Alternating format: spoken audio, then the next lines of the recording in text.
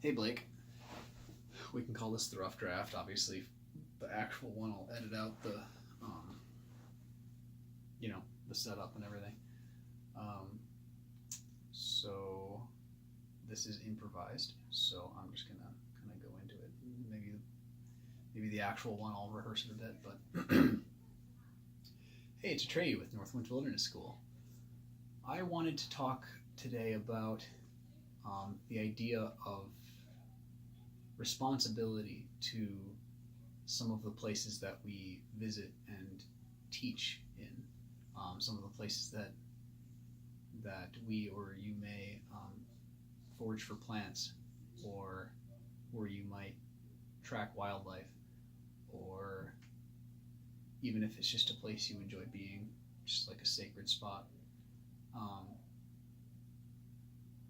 we talk a lot about, you know, being responsible for plant populations, being responsible for how you harvest them, being aware of the rules and guidelines of the area. But I kind of wanted to touch on a sort of a different kind of responsibility that works with all of these as well. And that's the idea of, if you, it can be thought of in this way. If you take from an area, then you now have responsibility for that area. So if it's your local park, if you harvest dandelion roots from your local park and you use it for medicine, for tea, food, whatever, then you now have a responsibility to that, to the continuation of the dandelions in that area. Every other species, including people who still live land-based lifestyles, follow this rule. Um, it's not like animals are picking up trash in their local park, or going to protests to save the park or whatever, but they do. Usually, what you see in the form of animals is the like we'll take larger animals, for example. Deer will browse around, taking greens here and there, which they also trample, which helps create space for other species. This is true of most large animals who blaze trails through areas. It encourages undergrowth to come up and everything. And you can find examples of this in just about every other animal. But modern humans have sort of lost this part of the agreement between us and the land.